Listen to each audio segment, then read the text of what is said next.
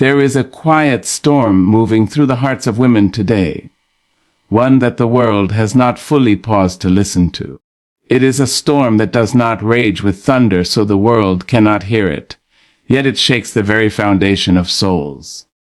Women who once carried the burdens of families, the laughter of children, the responsibilities of homes, and the weight of love, are finding themselves broken not because they lack strength, but because their strength is demanded at every turn with so little return of tenderness, care, or sanctuary. To speak of the depression of women today is not to blame their fragility, but rather to reveal the cost of expecting a soul to endlessly pour without being poured into. The woman of today is standing in two worlds, and that is part of her pain. On one side, she carries the tradition of nurturing, caregiving, and sustaining the lives of everyone around her. On the other, she is pulled by the demands of independence, success, ambition, and proving herself in spaces that once rejected her. And in the middle, her own self sits waiting, neglected, forgotten, often silenced. She has become so busy becoming what the world needs her to be that she has forgotten how to breathe for herself.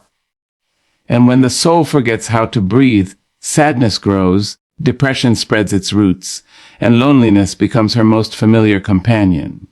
She is expected to be beautiful, strong, resilient, successful, calm, patient, forgiving, nurturing, and endlessly available. But who is expected to hold her?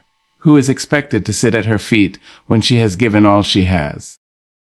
Who will carry her heart when the weight of expectations has pressed her into the ground? Society has carved into her being the message that she must be everything to everyone and, at the same time, not too much of anything.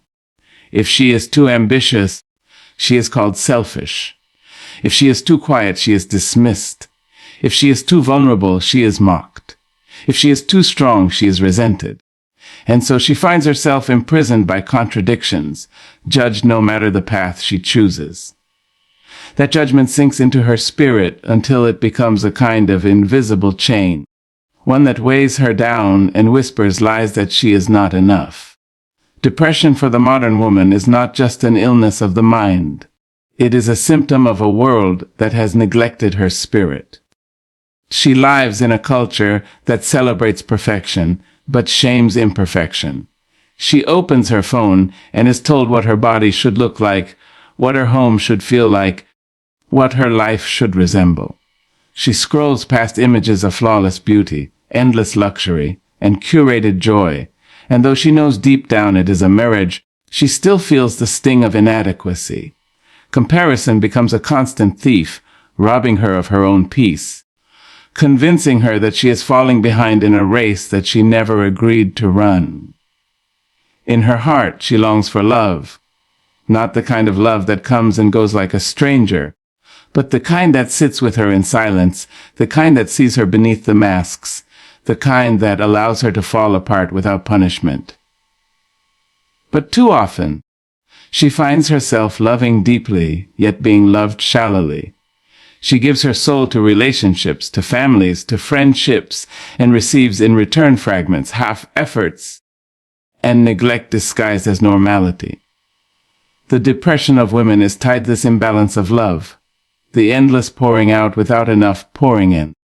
To be unseen in the depth of your giving is a wound that no one else can measure, and women today carry countless wounds of being invisible.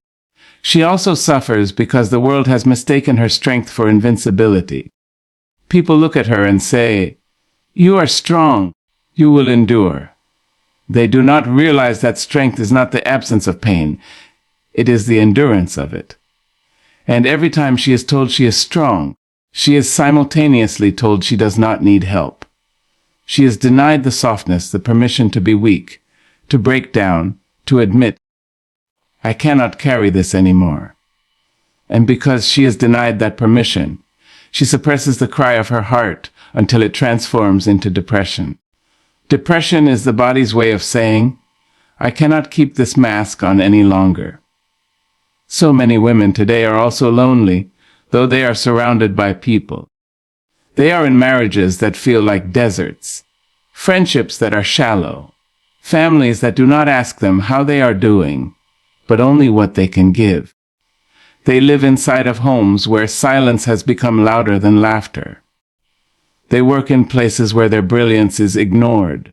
They sit in circles where their vulnerability is unwelcome. And loneliness in a crowded room is the most devastating kind of loneliness. It convinces you that even if you spoke your truth, no one would understand, no one would stay. Her depression also rises from the unspoken trauma carried through generations.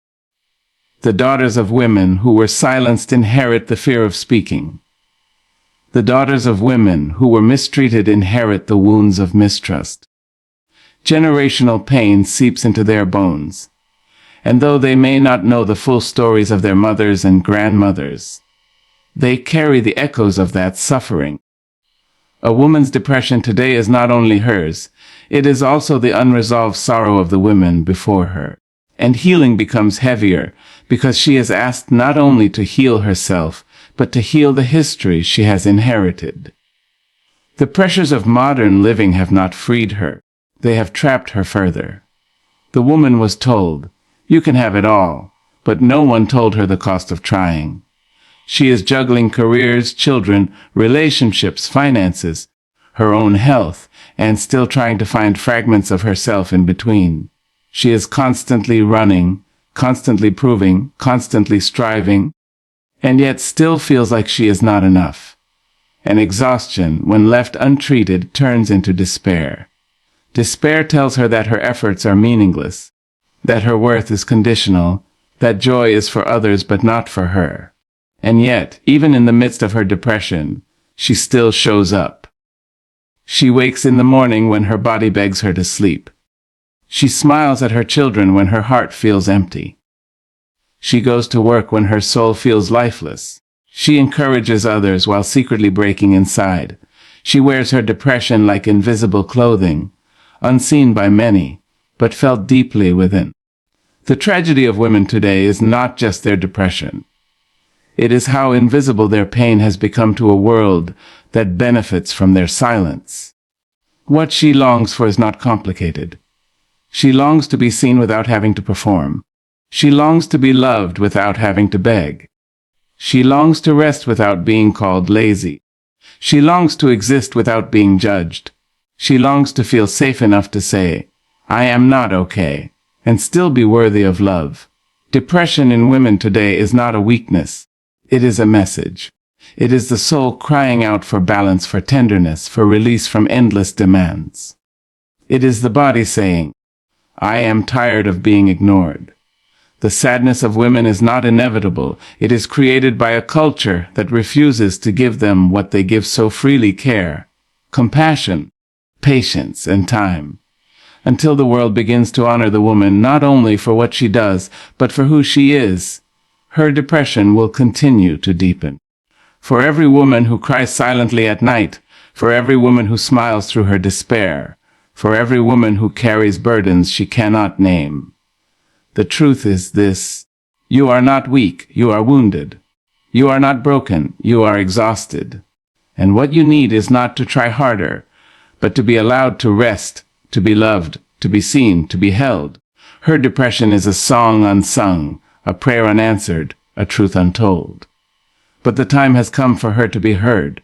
For when women are healed, families are healed. When women are restored, generations are restored. And when women are seen, the whole world is transformed. Her sadness is not the end. It is the beginning of a plea for change. It is the demand of the soul to finally be honored, cherished, and freed. And until that happens, the question will remain on our lips: why is the woman so depressed in today? The longing to be seen, not for what she does, but for who she is, lives deep in the marrow of women's lives today. So many of them move through this world wrapped in roles, responsibilities, and expectations. Yet inside they ache for someone to look beyond the doing and into the being. From the moment a girl is born, she is praised for what she can do.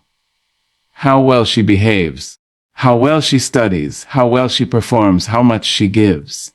That pattern follows her into adulthood. She becomes valued not for her essence, her spirit, or her inner fire, but for her usefulness, her productivity, her ability to provide, to serve, to fulfill. The woman learns early on that if she is not giving, she risks being invisible. And if she is not performing, she risks being forgotten. The consequence is a life lived in constant action, but constant emptiness, because no one has paused long enough to see her, truly see her, without condition or demand. It is a deep wound to be celebrated for accomplishments while the soul goes unnoticed. She can work tirelessly, raise children, nurture relationships, and excel in her career. But if she stops, even for a moment, she feels as though her value vanishes. The world applauds her achievements but seldom acknowledges her essence. She becomes like a performer on stage, applauded for her act, but never known for the person behind the curtain. The exhaustion of this constant performance seeps into her bones, and it is in this gap between what she does and who she is that depression grows. For it is one thing to be appreciated for your actions, but it is another to be loved simply for existing. When a woman sits quietly, stripped of her roles as mother, partner, friend, colleague, or caretaker, who sees her then? Who asks what her dreams are, not what her duties are? Who notices the flicker of her soul, not just the results of her labor? Too often, she is invisible in her own story, her identity swallowed by labels and tasks. People see the meals she prepares, the deadlines she meets, the care she provides, the beauty she maintains. But they overlook the person who is weary, vulnerable, and yearning beneath it all. Her humanity gets overshadowed by her functionality, and this invisibility is one of the heaviest weights she carries. This longing to be seen is not about vanity or ego. It is about recognition of existence. To be seen is to be acknowledged as worthy without performance. To be seen is to be heard without interruption, loved without transaction, valued without condition. Yet the woman finds herself in spaces where her worth is measured only by what she contributes. If she cannot provide, she is told she is failing. If she cannot serve, she is told she is selfish. If she cannot keep giving, she is told she is unworthy. In a society that constantly demands proof of usefulness, her identity becomes blurred, and she begins to believe the lie that without constant doing, she is nothing at all. Depression takes root in this lie. It whispers to her in the quiet of the night that she is replaceable, unseen, unloved for her essence. She remembers the times she gave everything, her time, her energy, her love, and was still overlooked. She remembers the conversations where her words were drowned out by louder voices, the relationships where her needs were invisible, the moments where her efforts were treated as obligations instead of gifts. Slowly, she internalizes this invisibility until she becomes a stranger to herself. The longing to be seen is not met, and in its absence, she begins to fade, even while she continues to function. The tragedy is that many women do not even realize how deeply they crave this kind of seeing, because they have never fully experienced it. They have been conditioned to equate love with service, recognition with productivity, and attention with sacrifice. They grow up learning that their place in the world is secured only by what they give, not by who they are. So they keep giving, keep performing, keep striving, believing that one day someone will look beyond the roles and finally see them. But too often that day does not come, and so the longing turns into sorrow, the sorrow into silence, and the silence into despair. What she longs for is simple, to sit across from someone who looks into her eyes and sees the woman, not the worker, not the mother, not the partner, not the caretaker, but the woman herself. She longs to be asked questions not about what she has done today, but about who she is becoming, what she dreams about, what she fears, what she loves. She longs for someone to notice the light in her laugh, the depth in her thoughts, the beauty in her presence, not just the usefulness of her actions. She longs to be recognized not for her strength alone, but for her softness, not for her endurance alone, but for her vulnerability. And when that recognition does not come, she turns inward, hoping to find it in herself. But even that is hard, because years of being unseen have made it difficult for her to see herself. She looks in the mirror and sees flaws instead of beauty, inadequacy instead of enoughness, emptiness instead of fullness. She measures herself against the scales of productivity and finds herself lacking, forgetting that her worth was never meant to be measured by how much she does.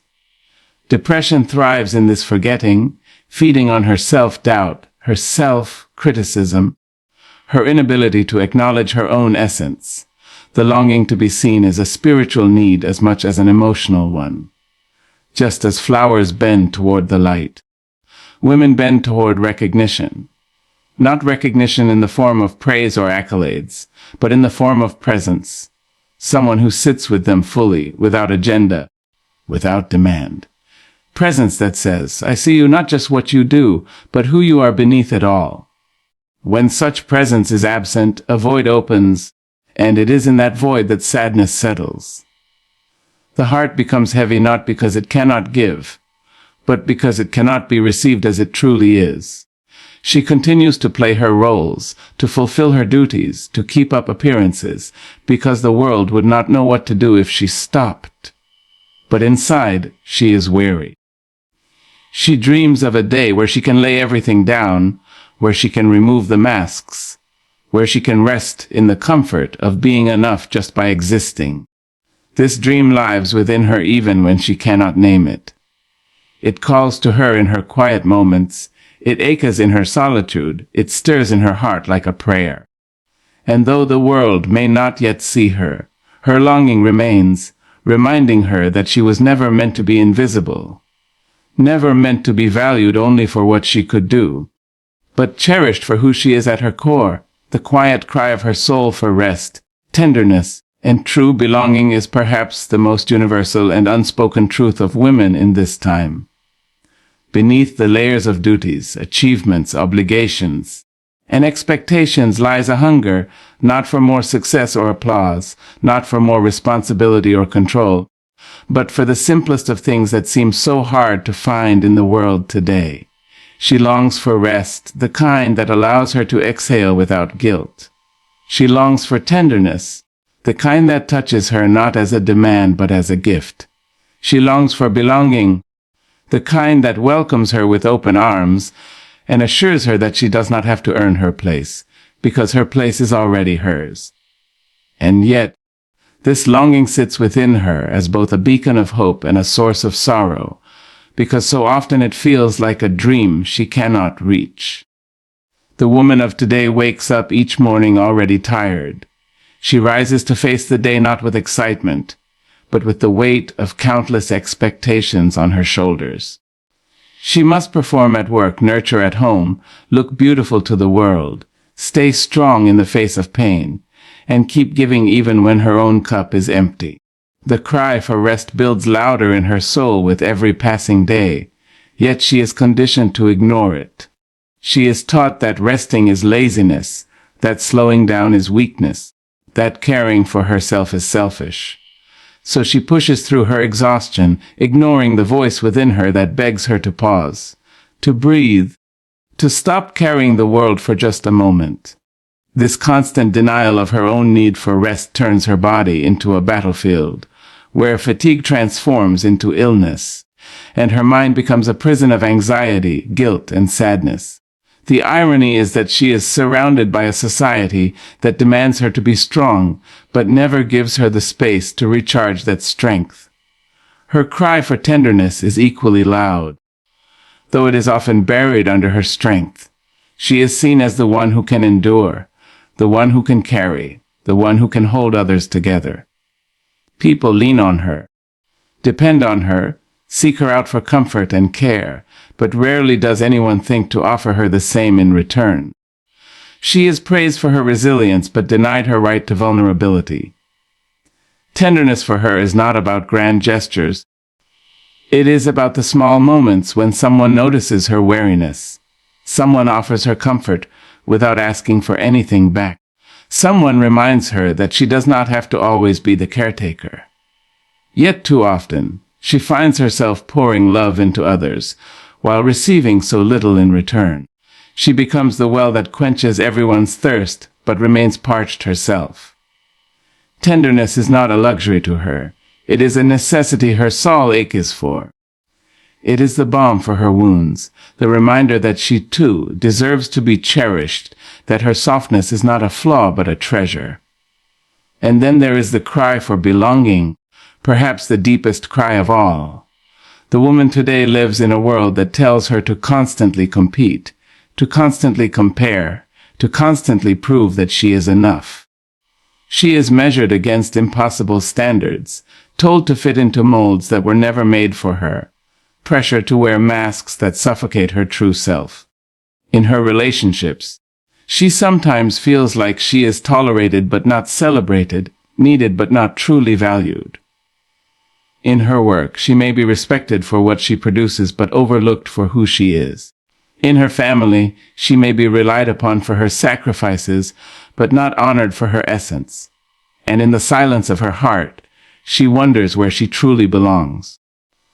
Belonging for her is not about being surrounded by people. It is about being accepted without performance, about being loved without conditions, about being able to exist in her fullness without fear of rejection. She longs for a place, or even just a person, where she can lay down her burdens and feel at home in her own skin. This longing for rest, tenderness, and belonging is not weakness. It is the very nature of her humanity. Yet the tragedy is that the world has taught her to silence it. She is told to rest only after the work is done. But the work is never done. She is told to seek tenderness only after she has proven her strength. But her strength is always demanded. She is told she will belong only if she conforms, only if she adjusts, only if she sacrifices herself to fit the expectations of others.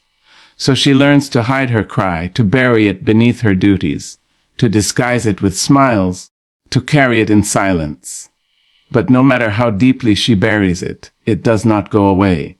It whispers to her in the stillness of the night. It shows up in her tears when no one is watching. It aches in her chest like an unnamed sorrow.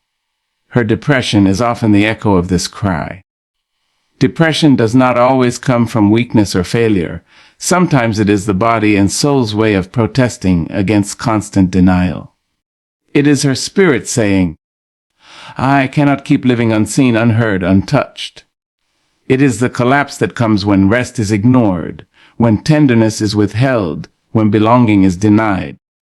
And though the world may not see it, within her the cry grows louder, demanding acknowledgement.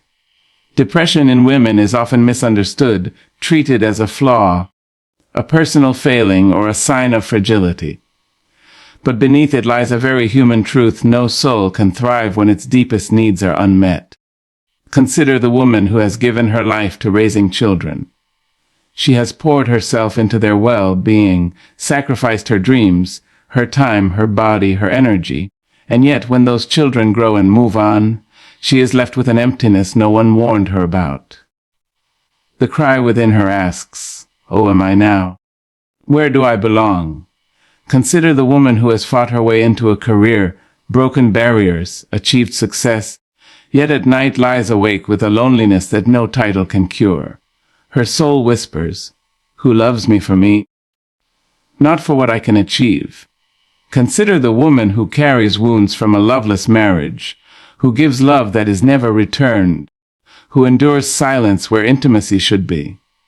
Her heart cries, "When will tenderness find me?" Each of these women carries a different story, but the longing is the same, the longing to be held, to be cherished, to be allowed to exist in peace. This longing shapes every part of her life, whether spoken or unspoken. It influences the way she loves, the way she works, the way she dreams, the way she struggles. Without rest, she becomes burned out. Without tenderness, she becomes hardened. Without belonging, she becomes lost. And yet, even as these absences weigh her down, she continues to push forward. because she has been taught that her worth depends on her endurance. This endurance, though admirable, is also the source of her deepest sorrow, because endurance without reprieve becomes suffering. There are moments when she imagines what it would feel like to truly rest, to wake up without a to-do list pressing against her chest, to sit in stillness without guilt gnawing at her mind, to lay her head down at night without the weight of tomorrow already on her shoulders. She imagines what it would feel like to be tenderly cared for, to have someone notice her without her having to ask, to have someone choose to give without demanding anything in return. She imagines what it would feel like to walk into a room and know that she belongs, not because of what she provides, but because of who she is.